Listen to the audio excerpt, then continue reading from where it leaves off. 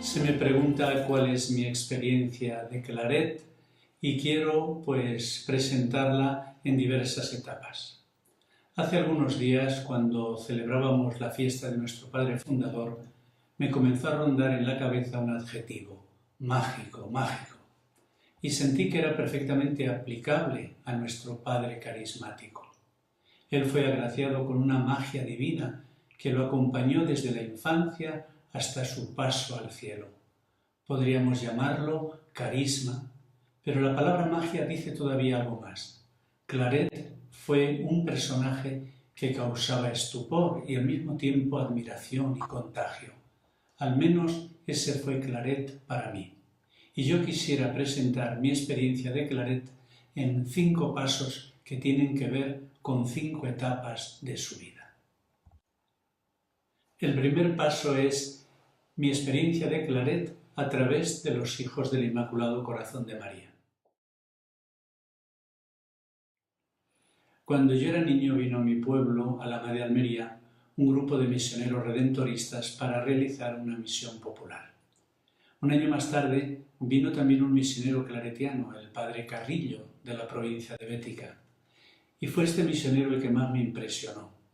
Luego tuve la oportunidad de encontrarme con él en Jaén, en nuestra comunidad que entonces teníamos en aquella ciudad.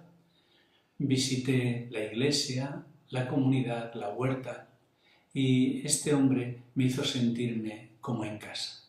Posteriormente, en la ciudad de Sigüenza, conocí a los hijos del Inmaculado Corazón de María. Tenían allí el filosofado, con un gran número de estudiantes profesos. Vivían en un cierto clima que a mí me parecía entusiasta, creativo. Cantaban muy bien, hacían teatro, eran deportistas, tenían un buen grupo de presbíteros misioneros, alguno de ellos un excelente poeta, y también un buen grupo de formadores. A mí me impresionó mucho el padre Venancio Sanabria, que me acogía para escucharme, confesarme y también dar cauce a mi vocación, de tal manera que yo ingresé en el seminario pues muy pronto, un poquito antes de cumplir los 10 años. Una vez los filósofos representaron ante el público de Sigüenza una obra, La sangre del arzobispo. Esta representación de Claret en Holguín, cuando sufrió aquel atentado, fue para mí como una especie de llamada también a ser misionero como Claret. Y recuerdo que un día que nos visitó el padre Toribio Pérez, en aquel tiempo era el superior provincial, el padre Toribio Pérez me preguntó: ¿y tú qué quieres ser? Mi respuesta inmediatamente fue: yo quiero ser misionero, hijo del Inmaculado Corazón de María. ¿Y a dónde te gustaría ir? Y le dije: a Rusia. Y él entonces, casi como si fuera una palabra profética, me dijo: a Rusia irás. Mi padre estaba entonces allá, junto con el padre Sanabria, y pasados ya bastantes años, mi padre me dijo: ¿y qué haces que no estudias ruso? Me buscó pues un método de ruso y fue cuando me llamaron desde Krasnoyarsk, Siberia, para que visitara durante un mes nuestra comunidad de claretianos de Siberia. A través de los misioneros claretianos conocí a Claret, pero todavía era para mí una figura misteriosa. El Claret de las florecillas. Este es el segundo paso a través del cual llegó a mí la figura de Claret. Yo ya estaba en el seminario. Claret era entonces, pues, alguien de quien nos hablaba muy frecuentemente. Pero al principio, como éramos niños, éramos jóvenes, nos hablaban de un Claret de florecillas, lo que yo llamaría las florecillas claretianas. Y era un Claret milagrero, popular, profeta, un Claret simpático, atractivo, en algunos momentos, pues, también apocalíptico. Y se contaban de él muchas historias, a cuál de ellas más maravillosa. Y a mí ese Claret entonces me atraía también mucho, me hacía sentirme orgulloso de aquel que decían que era el fundador de nuestra congregación, y uno pues hubiera querido ser como él. Y a esto se añadían pues unos diseños, unos dibujos populares que quedaron muy grabados en mi retina, que eran pues los dibujos de Claret pues cuando iba a Fusimaña, o de Claret cuando se encontró con la tempestad, iba a la Cartuja y tuvo que desistir de esa vocación, o del Claret misionero en Canarias o misionero por las tierras de Cataluña, o del Claret que estaba en un barco, etcétera, etcétera. Es decir, todas esas figuras de un Claret, también profeta, también milagrero, pues fueron también las que produjeron en mí una gran sensación de estar ante un personaje que merecía la pena, que tenía algo de magia.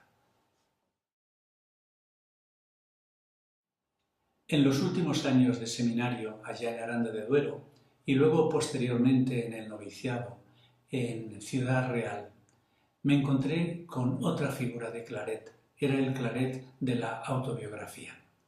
Y fue para mí ese libro un gran descubrimiento.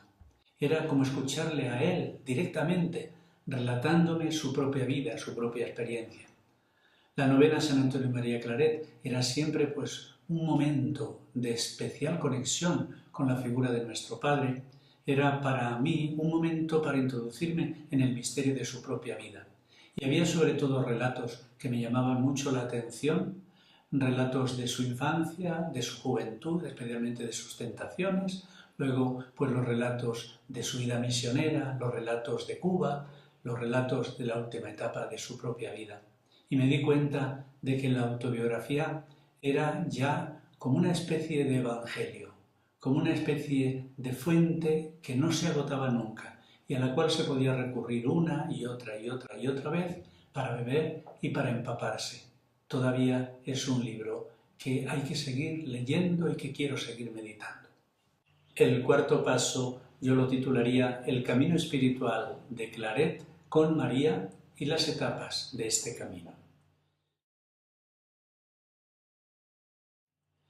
Mi encuentro más intelectual y de cierta investigación sobre la figura de nuestro Padre Fundador me aconteció cuando nuestros superiores me pidieron que hiciera una reflexión sobre María en la experiencia espiritual de San Antonio María Claret. Motivo de ello fue que escribí un pequeño librito titulado María en la espiritualidad claretiana. Y allá en la introducción, en la página 12, pues escribía lo siguiente. He dedicado un tiempo a recoger todos los textos de nuestro Padre Fundador referidos a María, especialmente los que se encuentran en los 2 volúmenes publicados en la BAC, escritos autobiográficos y escritos espirituales. Los he leído y releído y he descubierto que en todos ellos hay una interrelación admirable. Tratando de armonizar las variadas experiencias marianas que el Padre Fundador nos narra, me vino a la mente la imagen de la sinfonía. Y entonces he tratado de interpretar la vida de Claret como una sinfonía en la cual hay varios tiempos. En primer lugar, la obertura. La obertura es siempre como una especie de síntesis de todo lo que va a venir después. Y al inicio, en Claret, sí que encontramos como una especie de intuición de lo que será María en toda su vida. María en la infancia y en la juventud de Claret. Luego, un primer tiempo, que es un tiempo que yo llamaría apasionato. Es el momento de la revelación, cuando Claret estaba en el 2º año de filosofía, allá en Vic, en 1831, tuvo una terrible visión, pero también luego una gozosa visión. Fue la visión que le hizo descubrir el sentido, la razón de ser de su vida, donde se confronta el bien y el mal, y aparece María que lo corona, y él se ve reflejado en la imagen de un niño. Luego, el segundo tiempo. El segundo tiempo responde a la etapa de Claret, ya joven presbítero, misionero, novicio jesuita. Es el tiempo en el cual Claret se siente devorado por el fuego del celo apostólico. Y él se descubre a sí mismo como hijo y ministro del corazón de María, formado por ella misma. Él incluso se expresa a sí mismo diciendo: yo soy la lanza que María proyecta contra el maligno. Luego, un tercer tiempo, es el tiempo ya de la madurez y de la etapa mística de Claret. Es el tiempo del místico en la misión. Y es entonces cuando él entiende que lo suyo es dar continuidad y extensión a la maternidad de María y ser parte de María, ser, incluso llega a decir, como los pechos de María, a través de los cuales la Iglesia, el pueblo, se alimenta. Es decir, es una identificación con María, como después ocurrirá con él, con la Eucaristía, con la cual también se identifica. Ahora quisiera presentar el quinto paso de mi experiencia de Antonio María Claret, que yo titularía así: El camino espiritual de Claret con Jesús Eucaristía.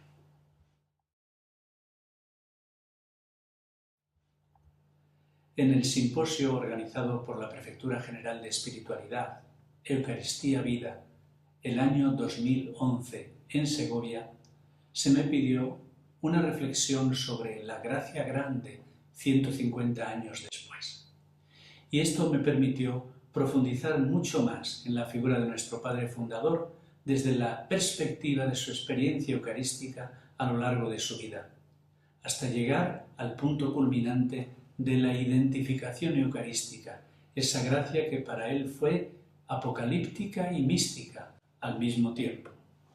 Yo escribía en mi conferencia lo siguiente: ya desde niño me sentí fascinado por la imagen de San Antonio María Claret, sagrario viviente.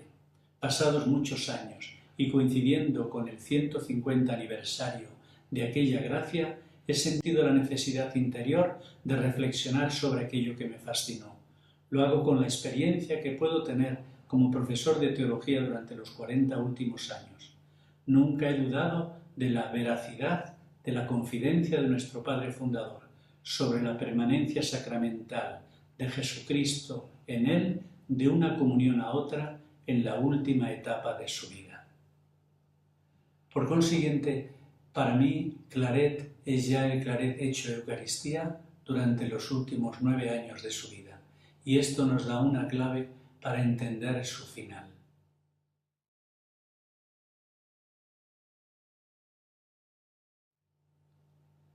Y ya para concluir, pues solo decir que hay un Claret todavía para mí desconocido. Yo quisiera conocer más al Claret desde la figura del Espíritu Santo. Es el Claret de la neumatología holística. A mí me gustaría tener la oportunidad de descubrir al Claret del Espíritu y al Claret ángel del Apocalipsis. La dimensión apocalíptica que a mi modo de ver configura su experiencia mariana, su experiencia de Jesús, su experiencia de Dios Padre, su experiencia del Espíritu, su experiencia como misionero. Y nada más, solo agradecer la oportunidad que esta página del CEX pues nos da a todos nosotros para acercarnos a través de nuestras propias experiencias a la figura impresionante y mágica de nuestro Padre Fundador, Antonio María Claret, el segundo hijo del Inmaculado Corazón de María, porque el primero, creo que todos estamos de acuerdo, fue Jesús.